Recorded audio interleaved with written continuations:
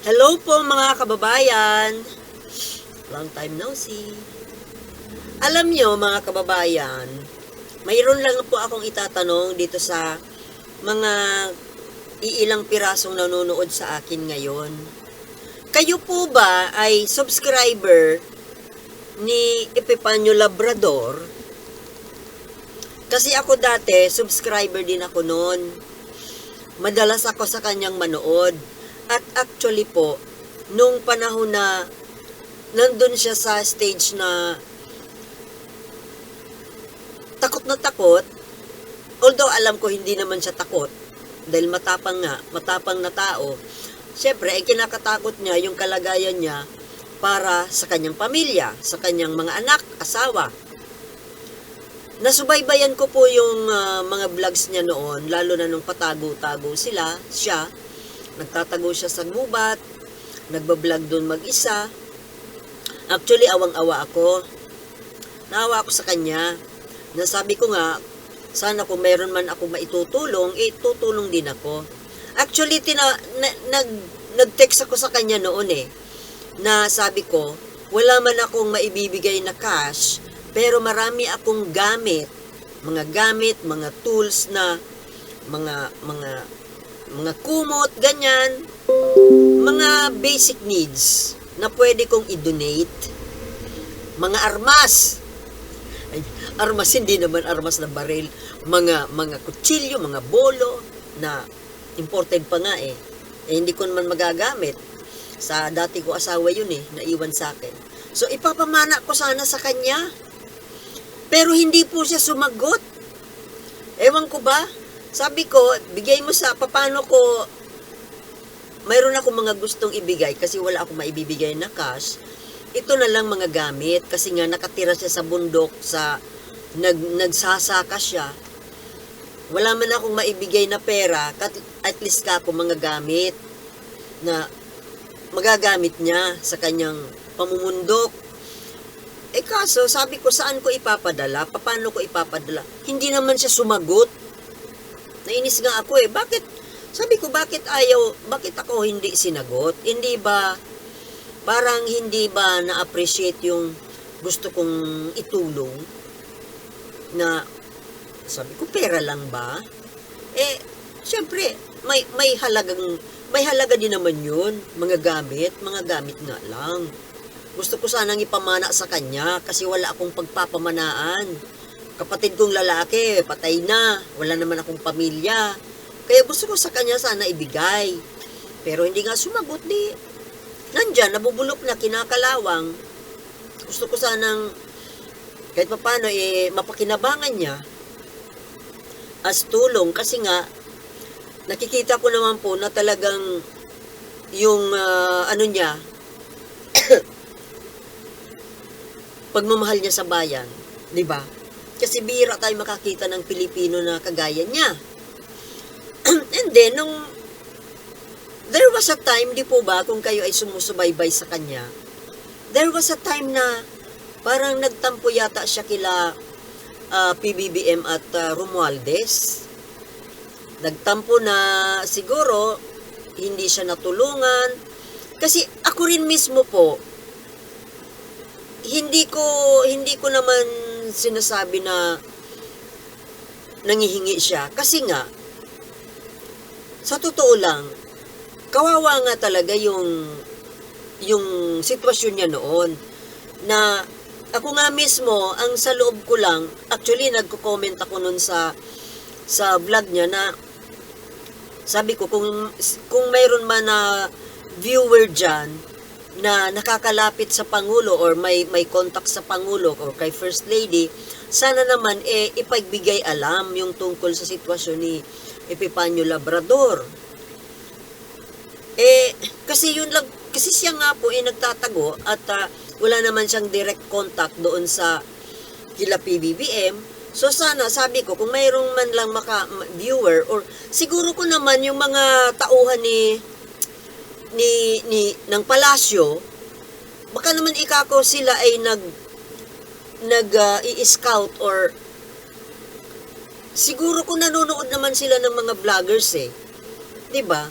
lalo na yung mga pro-government vloggers, I was believing na merong ganon. Merong a sort of committee ng palasyo na nagsusubaybay ng mga vloggers, mga pro-government at yung mga anti-government, natural. Mga anti-Marcos, mga ganon. At syempre, yung mga pro-Marcos. Sabi ko nga, siguro ko naman, kilala nila si Epifanio Labrador.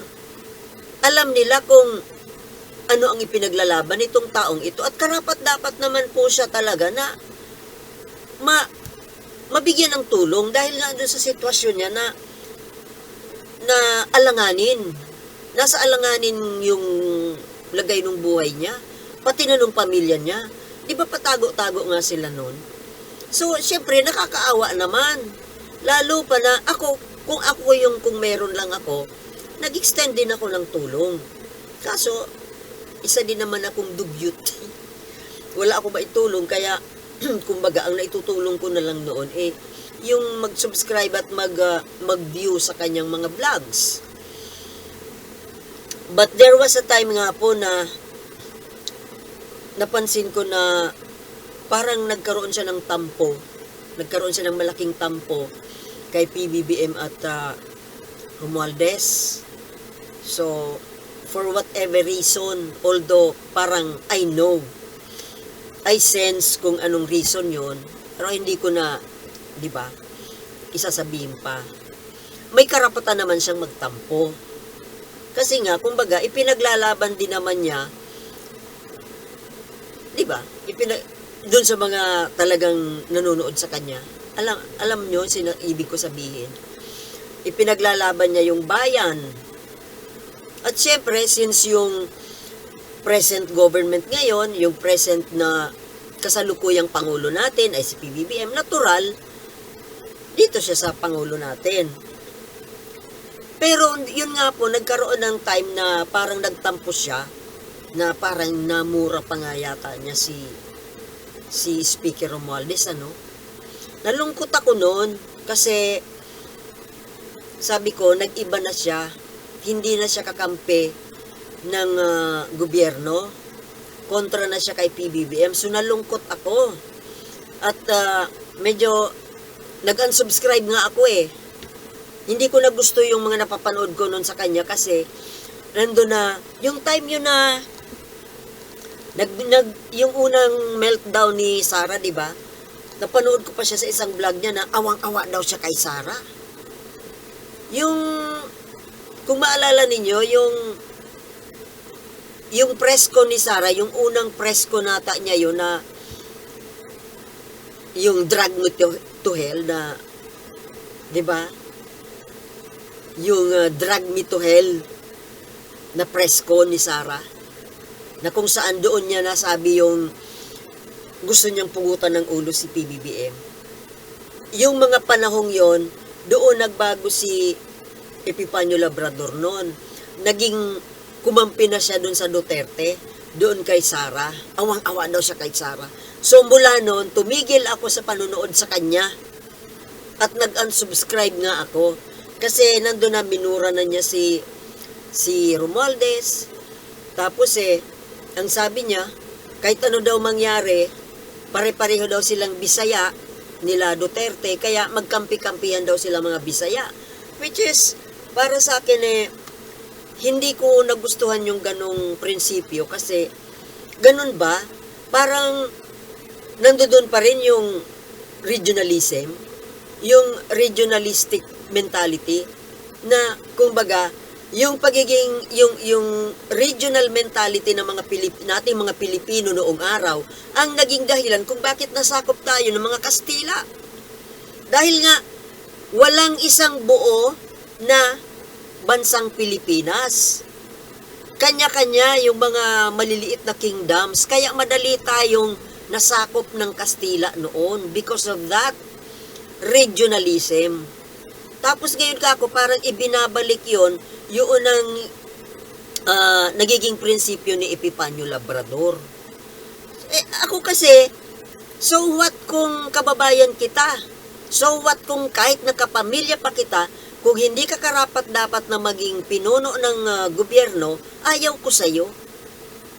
Mas gugustuhan ko ang hindi ka dugo, ang hindi ka babayan, basta karapat dapat. Diba? Yun ang tama. So, nung nangyari po yun, tumigil ako sa pag-review. Tumigil na ako sa panonood kay Epipanyo. Ilang buwan na ba yun? Mga 3 months na yata eh. So, tumigil na nga ako sa panonood sa kanya nung sabi ko, kumampi na sa Duterte eh. Ayoko na.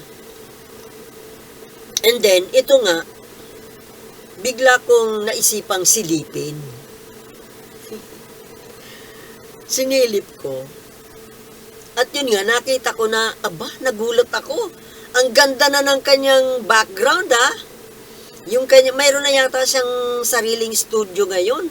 Mukhang hindi na siya nagtatago. Ano ba, Epipanyo Labrador, hindi ka na nagtatago ngayon? Ako naman ay natutuwa kung maayos na ang iyong lagay.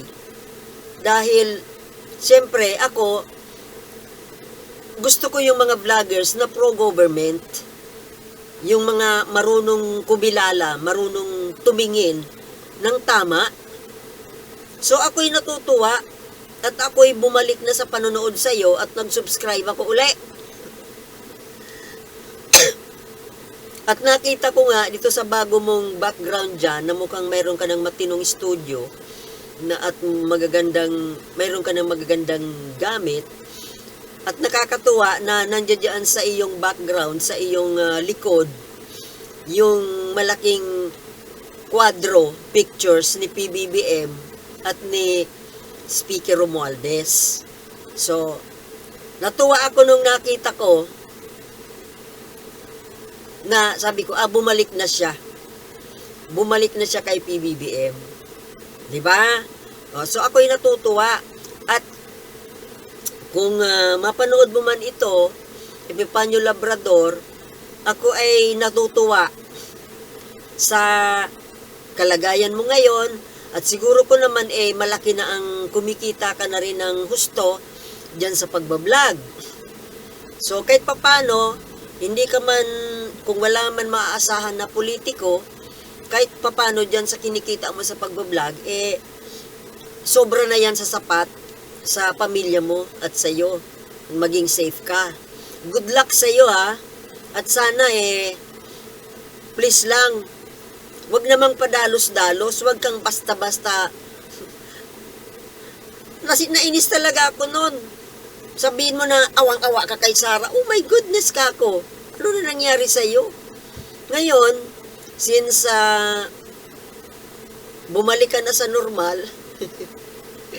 yun naman talagang normal na dapat gawin ng tao, di ba? Yung kumampi sa gobyerno. Lalo pa na ang pinuno ng gobyerno natin ay matino. Siyempre, kung during the time of ng Duterte admin, kahit mag-gobyerno yon, siyempre babatikusin natin yung gobyerno. Pero ngayon, matino ang pangulo natin eh. So ako ay natutuwa at salamat naman at bumalik ka na. Bumalik ka na sa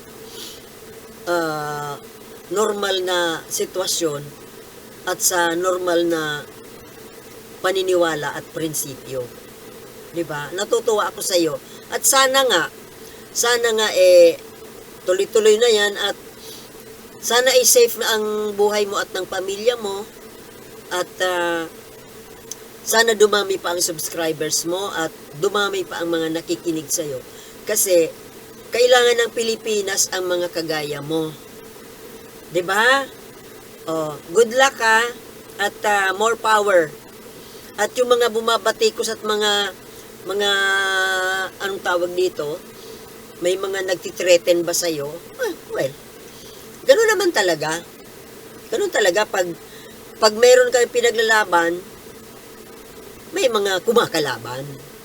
So, hangad ko ang iyong kaligtasan at ang iyong magandang pamumuhay para nang sa ganon, hindi ka na namumroblema sa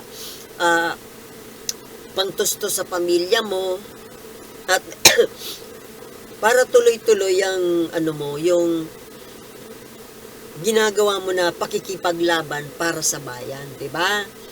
Kagaya ng sinasabi ko, mahalin natin ang ating bayan dahil ito lamang ang nag-iisa nating tahanan. So, good luck to you, Epifanio Labrador. Pakisabi na lang po doon sa mga nanonood din kay Epifanio na good luck and be safe. Okay? Safety. Brother. Peace.